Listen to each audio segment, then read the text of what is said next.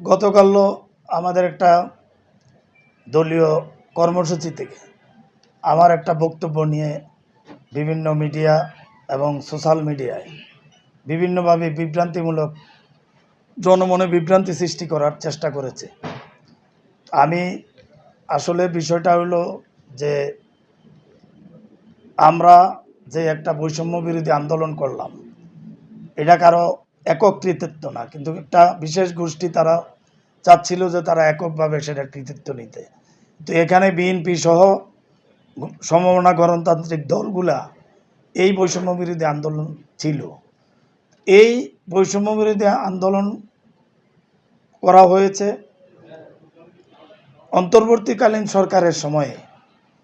যারা দায়িত্বে ছিলেন একজন উপদেষ্টা, কুমিল্লার মুরাদনগর বাড়ি, তো স্থানীয় সরকার উপদেষ্টা আসিফ মোহাম্মদ সজীব ভুঁইয়া, তো ওর এলাকায় ওর উপজেলায় বিভিন্ন প্রকল্পের নামে এডিবি এবং রাজস্ব তহবিল থেকে আমাদের কুমিল্লা জেলা পরিষদ থেকে জেলা পরিষদের মাধ্যমেই 15 কোটি টাকার প্রকল্প নিয়েছে মুরাদনগর।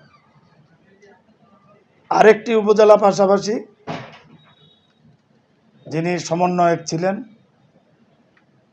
তৎকালীন সময়ে উনি সমন্বয়ক ছিলেন, বর্তমানে এমপি সাহেব হাসনাত আবদুল্লাহ সাহেব, ওই নির্বাচনের পূর্বে পর্যন্ত ওর এলাকায় 10 কোটি টাকার এডিবি এবং রাজস্ব তহবিল জেলা পরিষদের মাধ্যমে প্রকল্প নিয়েছেন।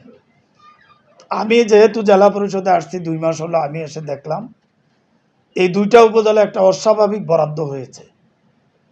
আমরা বৈষম্য বিরোধী আন্দোলন করলাম, কিন্তু আবার যারা দাবি করে এরাই আবার বৈষম্যের সৃষ্টি করেছে।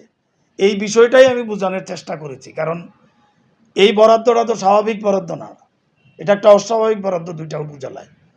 কারণ আরও তো আমার জেলায় 17টা উপজেলা আছে, অন্য উপজেলাগুলো তো ওই তৎকালীন সময় 5 লাখ, 10 লাখ, 26 লাখ এরকম করে বরাদ্দ পাইছে, কিন্তু দুইটা উপজেলায় 10 কোটি প্রায়, আরেকটাতে 15 কোটি প্লাস, এখানে প্রায় 25 কোটি টাকার প্রকল্প তারা অস্বাভাবিকভাবে বরাদ্দ নিয়েছেন এডিবি এবং রাজস্ব তহবিলের। সেটাই আমি বলার চেষ্টা করেছি, বোঝানোর চেষ্টা করেছি, এটাই আমার তো আর অন্য কোনো না। বিষয়টা হলো যে এটাকে আমার এই বক্তব্য কেন্দ্র করে একটু ফোন আলাপ হয়েছিল হাসনাত আবদুল্লাহ সাহেবের সাথে। উনি এই জিনিসটাকে জনমনে বিভ্রান্তি করার জন্য আমার কথাগুলা কাট করে ছোট্ট একটা অংশ দিয়ে জনমনে বিভ্রান্তি ছড়ানোর চেষ্টা করেছে। তো এটা আমি মনে করি ব্যক্তিগত কথোপকথন এভাবে কাট করে দিতে পারে না, এটা একটা অন্যায়।